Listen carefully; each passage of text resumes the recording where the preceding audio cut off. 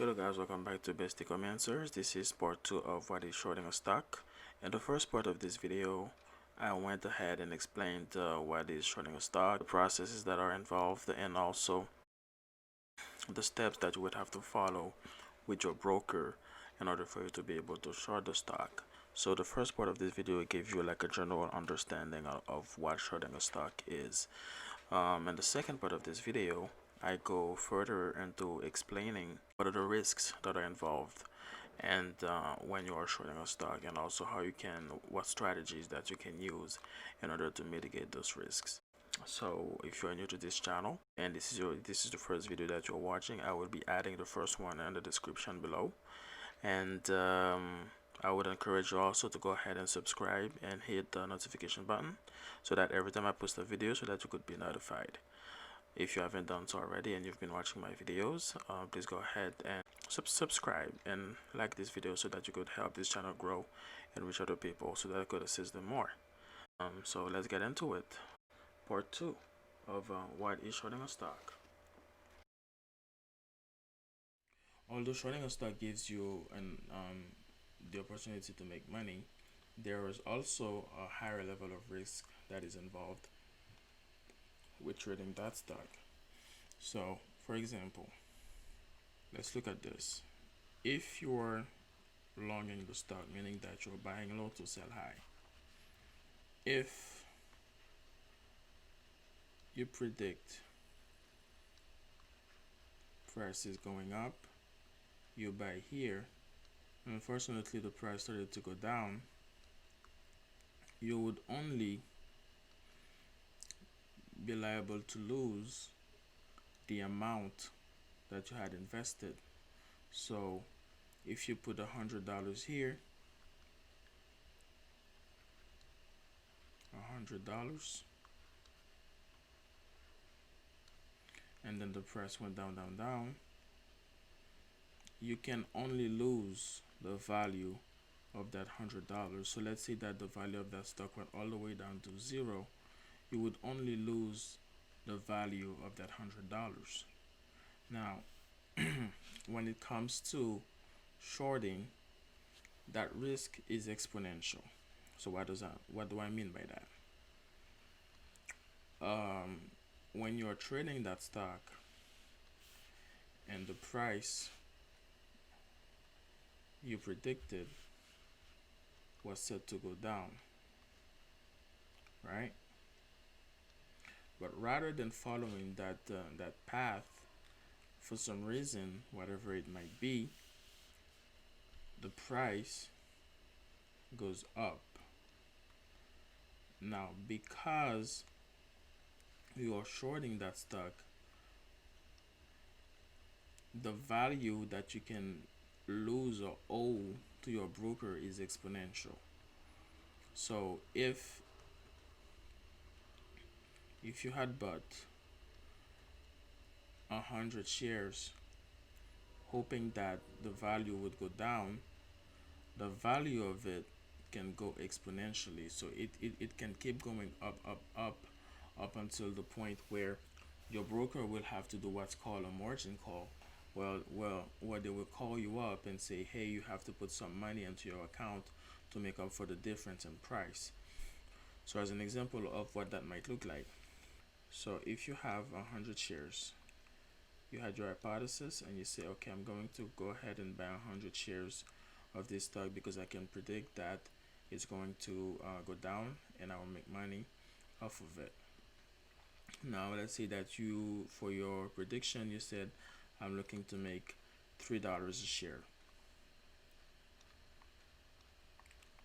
So that will give you a profit of $300, right? Instead of the price going down, the price went up. So now you have 100 shares. The price went up $5.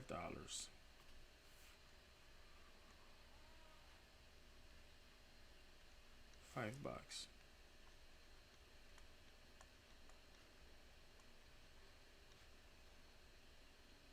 So then now that 100 is worth 500, but you cannot pocket that money because you put a bet against the price. You bet that the price was going to go down, and it didn't. So then, rather than making the 300, you have to spend money now to buy that stock because the value is higher, and then because you have to give it back to your broker because you have to borrow it from somebody else. So then you have to go ahead and buy it at a higher price. And the downside of shorting is that this price can go as high as it wants, especially if you are trading a low float stock where they have a limited amount of shares available in the market, and any little bit of news, of good news, can shoot that price up. There are stocks that you can see going from 5 to 20, $40 in a day. So when that happens, you are losing a lot of money. So this is why it is always recommended for you to have a stop loss, a level at which you feel comfortable that if the price goes against you, against your strategy, then this is the amount of money that I'm willing to lose on that trade. And then you would have the order to buy it at that point, and then you end up losing a little bit or no money. So, what would that look like? If you are longing the stock, you could say, I'm willing to get on this point, right? But if the price goes lower than this, I'm out. So that would be your stop loss. So in the event that the price changes direction and reaches that point, then you would be selling that stock and then taking a little bit of loss and then moving on. In shorting, the same principle follows. You would say something like, okay, so the price, this is the price action. I am willing to bet that this stock will be going down, right? So this is the level at which I will get in. You get in here, and then the next day it went down, but for some reason, because of good news, whatever it might be overnight, the stock jumped, and then the price for some reason kept on going, but you had your stop loss here at this level.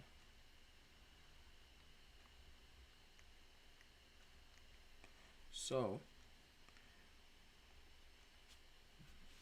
even though the price jumped back up, it can go down in the future. So you keep on holding it, and then if it touches that stop loss here, then you're buying that stock back, giving it back to the broker, and then you pocketing that loss. So that's why a stop loss, it would be recommended for you, whatever your position on the stock, whether you are longing the stock or you are shorting.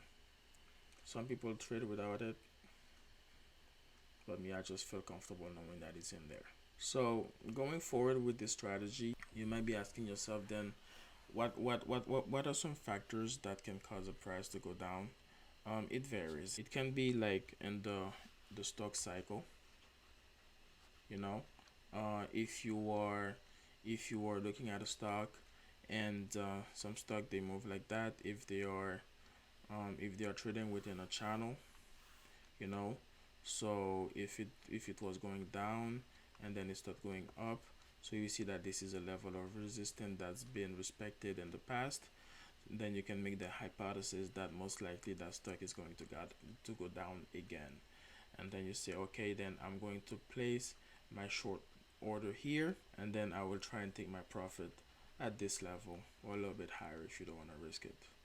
So so this might be one of the strategies to use. A second reason might be a piece of bad news. You know, if they are if a company is getting sued, or for some reason like a pharmaceutical company that made a bad drug, and people and that drug has harmed some people, so that can be one of the causes for the stock price to go down. So that can be a shorting opportunity. So another cause for the price to go down would be a company reporting bad earning. So that can definitely cause the price to go down. So these are some of the most common reasons that can present or shorting opportunities. But again, you have to remember that there is a high risk that is involved in shorting a stock. And secondly, there is no guarantee on the stock market. So just because there is a bad news and then you would expect the stock to go down, sometimes you might see that that stock just keeps going. Maybe the news has not reached a lot of people, or not a lot of people have heard about it. Whatever the reason, that it might be like a bad quarter earning, if it is a stock that on a company that has a technology that everybody believes in, and people might be buying that stock regardless of a bad earnings report.